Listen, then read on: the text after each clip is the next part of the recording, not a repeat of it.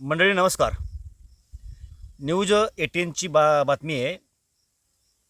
रोहित पवार यांच्या प्रयत्नांना 56 दिवसानंतर यश. कर्नाटकामधून बातमी आहे. विषय हा आहे की अजित पवार यांचा अपघाती मृत्यू झाला. त्यानंतर रोहित पवार यांनी आरोप केले की हा अपघात नसून घातपात आहे. अजित पवार हे महाराष्ट्र राज्याचे उपमुख्यमंत्री होते. महाराष्ट्रातला तगडा नेता होता, मोठा नेता होता, तो दगावला आहे. त्यांच्या बाबतीमधली ही बातमी आहे, त्यांच्या बाबतीमधली ही केस आहे, ती निष्पक्षपणे त्याचा तपास व्हायला पाहिजे असा विषय आहे. सर्वसामान्य हे लक्षामध्ये घ्यायचं की अशा व्यक्तीची जर ही कंडिशन असेल तर तुमचं आमचं काय? न्यायव्यवस्था योग्य रीतीने काम करते का? बातमी काय की रोहित पवार अगदी सुरुवातीपासून सांगतायत की अजित पवार यांचा घातपात झाला आहे. कशा पद्धतीने झाला त्याने अनेक पत्रकार परिषदेच्या माध्यमातून ही माहिती दिली की अजित पवारांना घातपाताच्या माध्यमातून कसं मारलं गेलं. हा संशय आहे, ह्याची कसून चौकशी व्हावी आणि जे कोणी गुन्हेगार असतील त्यांना शिक्षा भेटली पाहिजे. या अपघाताच्या नंतर जी विमान कंपनी आहे त्या विमान कंपनीचं लाखो कोटी रुपयाचं काहीतरी बिल काढलं गेलं अशी बातमी आपण मागल्या काळामध्ये पाहिली.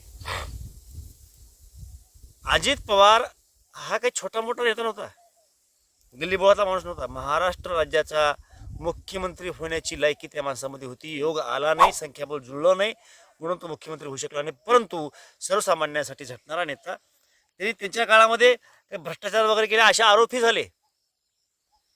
राजकीय नेता म्हणल्याच्या तर 4 पैसे कमाई हा अलिखित नियम झालाय. प्रत्येक पक्षामध्ये ते आहेत. अगदी पहिल्या टर्मला मुंडे साहेब मंत्री झाले आणि तिथे किती मोठ्या प्रमाणात कमाई केली ह्याची चर्चा आपण न्यूजच्या माध्यमातून ऐकलेली आहे.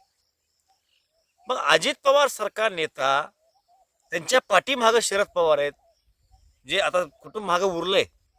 पक्ष काही असतील परंतु कुटुंब जे उरलं त्यामध्ये शरद पवार सारखा नेता आहे. सुप्रिया सुळे यांच्यासारखी नेता आहे. रोहित पवार आहेत. खुद्द अजित पवार यांची पत्नी आज उपमुख्यमंत्री आहे. दोन्ही मुलं राजकारणामध्ये आता ॲक्टिव्ह झालेली आहेत. पार्थ पवार बऱ्यापैकी ॲक्टिव्ह आहेत. या लोकांचं जर योग्य पद्धतीनं न्यायव्यवस्थेकडून न्याय होत नसेल तर तुम्ही आम्ही न्यायाची अपेक्षा करणं कितपत योग्य आहे? अपेक्षा करणं तरी योग्य आहे का? हे आपलं कसा न्याय भेटेल? देशामध्ये सर्वोच्च काय आहे तर न्यायव्यवस्था आहे.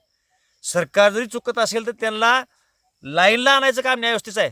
परंतु आज न्यायव्यवस्थेमध्ये जे लोक पदावरती बसले त्यांच्या माध्यमातून निर्णय होणार आहेत तेच लोक आज राजकारणाची बटीक आहेत.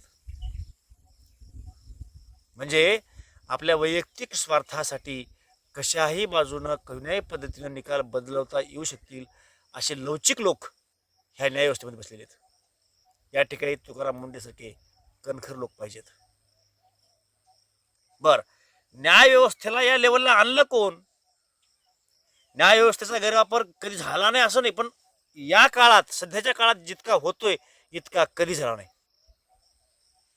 जे चुकीचं आहे त्याला चुकीचं म्हणता आलं पाहिजे. अजित पवार यांचा खराच अपघात असेल, घातपात नसेल ही, परंतु साधा FIR जर महाराष्ट्रामध्ये दाखल करून घेतला जात नसेल महाराष्ट्राच्या उपमुख्यमंत्रीपदी असलेल्या व्यक्तीचा, नाविलाजानं कर्नाटकात जावं लागलं आणि कर्नाटकामधून रोहित पवारांनी आपला FIR फाडला. तोही आता लागू होत नाही असं काही बातम्या येत आहेत. कुठं चाललंय महाराष्ट्र?